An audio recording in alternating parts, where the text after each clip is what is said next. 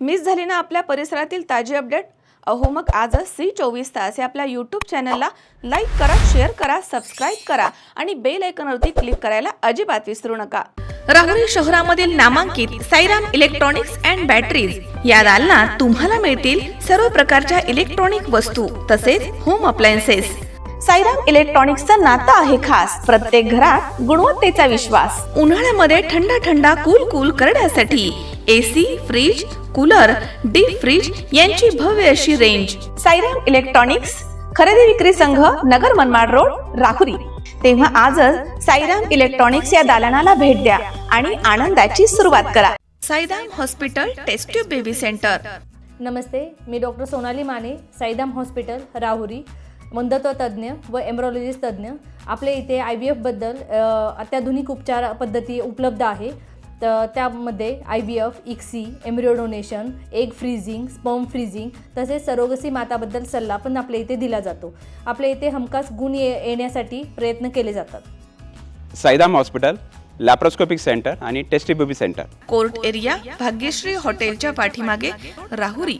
पाठदुखी, कंबरदुखी, खांदादुखी, सांधेदुखी तसंच मणक्याच्या आणि पॅरालिसिस आजारांपासून डॉक्टरकडे जाऊन वैतागले आहात का?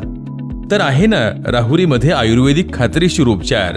Doctor Melavane hospital and spines care therapy centre, Rahuri bus stand समोर. डॉक्टर केतन धनंजय मेळवणे. संपर्क 9890 42 52 40. 25 वर्षाची परंपरा. Doctor Melavane hospital. राहुरी शहरामध्ये छत्रपती शिवाजी महाराज यांच्या विटंबना प्रकरणाला 1 वर्ष पूर्ण झालंय. असे असताना संबंधित आरोपींचा अद्याप शोध लागला नाहीये. या पार्श्वभूमीवर वर्षभर विविध आंदोलने आणि निदर्शने करूनही पोलिसांना यश आलं नाहीये. त्यामुळे संताप व्यक्त केला जातोय. या प्रकरणी राहुरी येथील कृषी उत्पन्न बाजार समितीचे माजी उपसभापती साहेबराव मसे यांनी औरंगाबाद खंडपीठामध्ये प्रशासनाच्या विरोधामध्ये याचिका दाखल केली आहे. राहुरी तालुक्यातील धानोरे इथे 22 मार्च रोजी आयोजित पत्रकार परिषदेमध्ये मसे यांनी या संदर्भामधील माहिती दिली आहे. दाखल केलेल्या याचिकेमध्ये गृह मंत्रालय, अहिल्यानगर येथील जिल्हाधिकारी, पोलीस अधीक्षक, श्रीरामपूर येथील उपविभागीय पोलीस अधिकारी, राहुरी येथील तत्कालीन तहसीलदार, पोलीस ठाण्याचे पोलीस निरीक्षक तसेच तपासी अधिकारी यांना प्रतिवादी करण्यात आले. विटंबना करणाऱ्या आरोपींचा शोध तात्काळ घेऊन त्यांना अटक करण्याची मागणी याचिकेत करण्यात आली आहे. दरम्यान ही याचिका उच्च न्यायालयामध्ये ॲडव्होकेट हेमंत ढगे मांडत असून त्यांना ॲडव्होकेट अथर्व मसे यांचं सहाय्य लाभ अशी माहिती देण्यात आली आहे.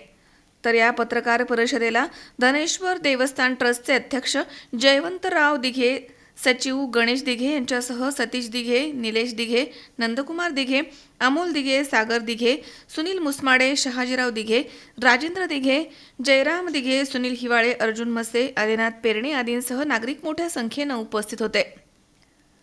शिवाजी महाराजांच्या पुतळ्याची विटंबना होऊन 4 दिवसातच वर्ष होईल आणि तपास यंत्रणेने कुठल्याही प्रकारचा त्यामध्ये आरोपी शोधले नाही. त्यामुळं आपण हायकोर्टामध्ये तपास यंत्रणेच्या विरोधात याचिका दाखल केलेली आहे आणि दाखल करताना आपण SP, कलेक्टर, PI, DYSP, तहसीलदार यांना पार्टी केलेला आहे.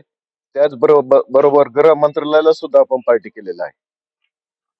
छत्रपती शिवाजी महाराज असतील, अहिल्यादेवी होळकर असतील, जे महापुरुष आहेत त्यांच्याबद्दल जर इतका मोठा गुन्हा होतोय, जर आरोपी सापडत नसले तर शासन काय करते हा महत्वाचा विषय.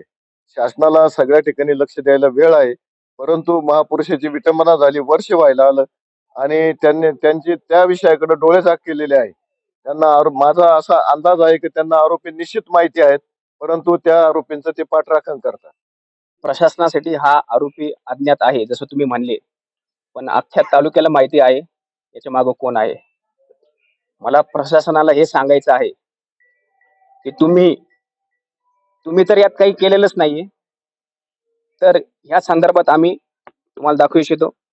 बॉम्बे हायकोर्ट मध्ये क्रिमिनल रिट पिटिशन फाईल केलेली आहे under article 226 of the Indian constitution. तर आता याच्यामध्ये त्यांनी काही करू नाही तर नाही करू, त्यांना नोटिसेस इश्यू होणार आणि त्यांना याच्यावरती ऍक्शन घ्यावं लागणार. They will be directly responsible and answerable to the high court.